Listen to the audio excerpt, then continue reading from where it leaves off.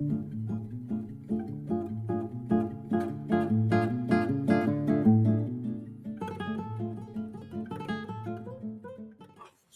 in, my friends. 5 minutes with Sean, maybe 10 here, getting ready to get in that last week of August. Wow, already. Unbelievable. Looks like things have picked up a little bit over July's numbers here in August. So we're always happy to see that for our friends in automotive retail, heading in the right direction, hopefully to close out this summer.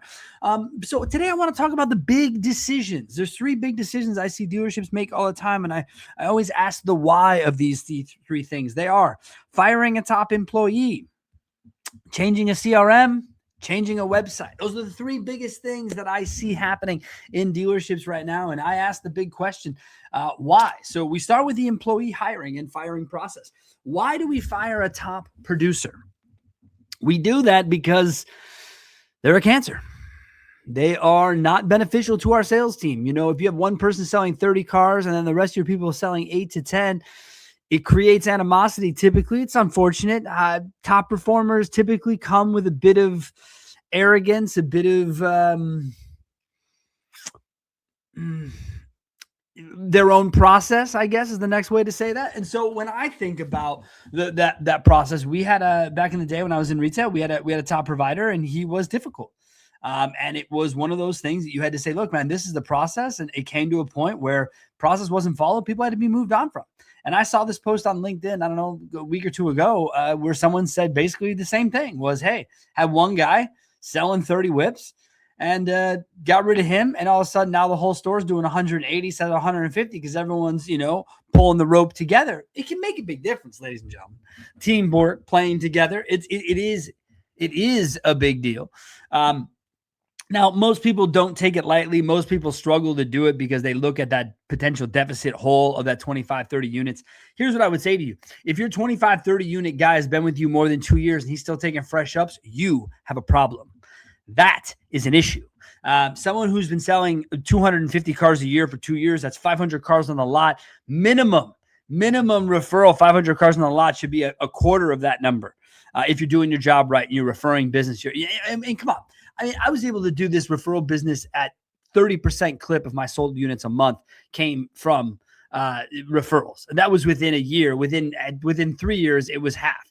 That's the game, right? That's the number. That's what you're after. And if you're just burning through fresh ups, but you're selling all those fresh ups, while that is a good thing on the front end, it kills the back end because you're not getting a repeat referral.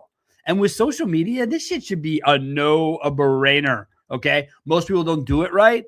But if they did, it would be nothing. And I think all the time that my retirement plan is to go pick the most beautiful location in America or otherwise and sell cars. Just get back to my roots, do what I know how to do because I would crush it. Social media, CRMs, folks, these weren't things when I started.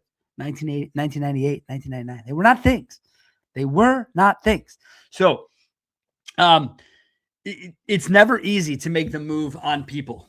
But sometimes you have to, because if they don't follow the process and they're above the process, then everyone else can be above the process. And that's where things begin to really, really, really break down. All right. We already talked about it, but let's go into the next one. The CRM. Now, I've got a great client of mine. I love them to death. They recently said to me, hey, just so you know, we're switching CRMs and we're going with this one. And it's one that is newer to the space and isn't as proven. And I told my client straight up, if this came from any other client in my book of business, I would be terrified. I wouldn't be able to sleep at night. I wouldn't. It would be freaking insane, right? But this particular client is sharp as it gets, do their due diligence, have multiple layers of due diligence, and made a decision. And made a decision based on usability, based on marketing tie-in, based on, likely long-term financial aspects of a move like that. There are a lot, but it's always the why for me when it comes to these moves. So with the personnel part, why is because cancer sucks and you got to cut it out. So that's why that's got to go. CRM, why? So I hear this, and this is totally separate from my client who just switched. I've heard people say to me, I am going to go switch CRMs to so-and-so because my guys don't use the one they got. Spoiler alert, Switching your CRM will not change your behavior. It just will not. I don't want to hear about how much easier they are. I think there's a lot of fucking wives' tales around CRM usability. And I only know this because our CRM branch has been around for going on a year and a half, 2 years, whatever it is. And they encounter these wives' tales all the time. Can't text from CRM. Can't do this. Emails go to spam. Blah, blah, fucking blah. And it's from people who don't know enough about the CRM, don't use it enough to even comment on shit like this. Yet here they are perpetrating the wives' tales, telling us what exists. And then as managers, these wives' tale tellers are then pushing that down the salespeople so they don't fucking use it either. And that's the problem, right? If you look at managers in dealerships, they're promoted from general managers who likely didn't use or train in the CRM. They didn't use or train their managers on CRM. They become managers. They train the new salespeople the way they learned, which wasn't to use CRM. I mean, ladies and gentlemen, we see it every single day. 90% of our clients that have signed up for CRM Done Better are still with it a year and a half later. Why? Because our support is better than CRM support. Our team is smarter, sharper, and knows more about how to use it than most stores know. This is why when you look to change your CRM, if your why is your people will use it, stop yourself dead in your tracks. Call me. Don't go over the expense and headache of switching to CRM because I'll prove to you you can use the one you got better than what you're doing. That's reality, my friends. It's not always the nicest reality to hear out loud, but it's the reality we live with. That's what it is. All right.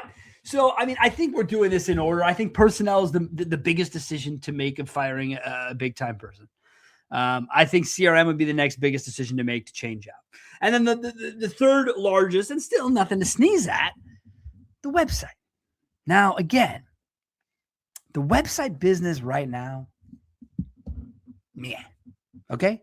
There's a very close from one spot to the first spot to the third spot. It's very, very, very, very tight. Very tight. You know, like a playoff baseball race. I mean, people are within a few inches of each other.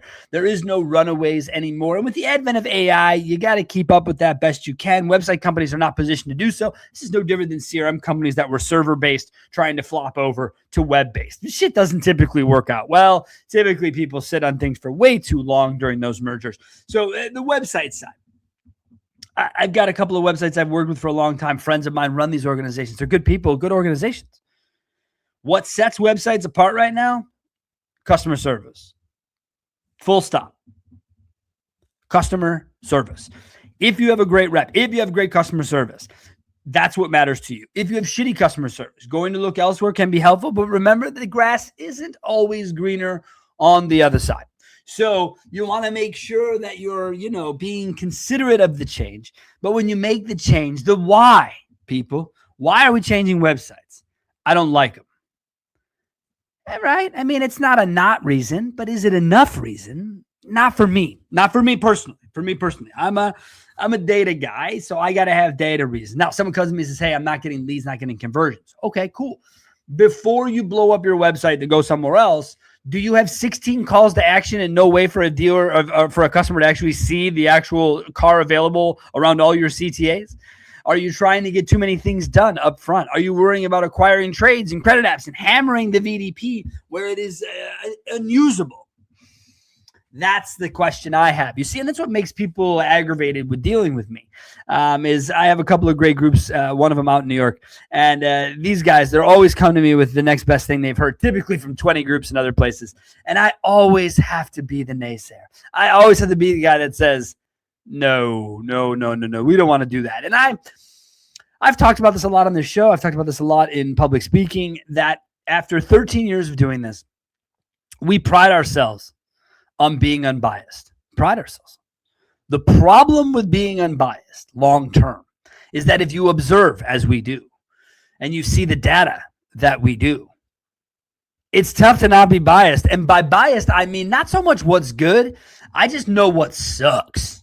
And I know what sucks in New York, in Cali, in the Midwest, in Colorado. We have clients everywhere. We see it. We know it. And I try not to bring it. When customers say, I'm going to demo this, demo that. Great.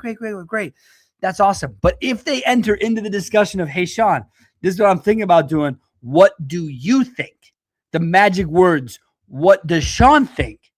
That represents a whole fucking problem for me because I don't have another gear. I don't have another way to tell you the truth, honest opinion of what it is, and as unbiased as I try to be is impossible having done it this long. Because what sucks, sucks, and what's good can be good because the people who use it, but what sucks, sucks. That don't change. So those are the three big choices. Next time you go to make those choices, have that consideration. Let's talk about it. Call me. I'm happy to talk you through any major change you'd like to make in your organization. Thank you all so much. Don't forget, we are within 1 month of being social. Madison, Wisconsin, September 22nd. The road to the sale brings you to the Capitol. It's going to be a blast. BeingSocialAuto.com, where you can find your tickets. Thank you all so much for the support. We are on our way to selling out again this year. We hope to see you there. Have a great week. Next week on the show, I promised it last week. I'm going to deliver this next week. Couple more people talking about how great Being Social is and what they're going to be bringing to the show. Thanks a lot. We'll see you next week.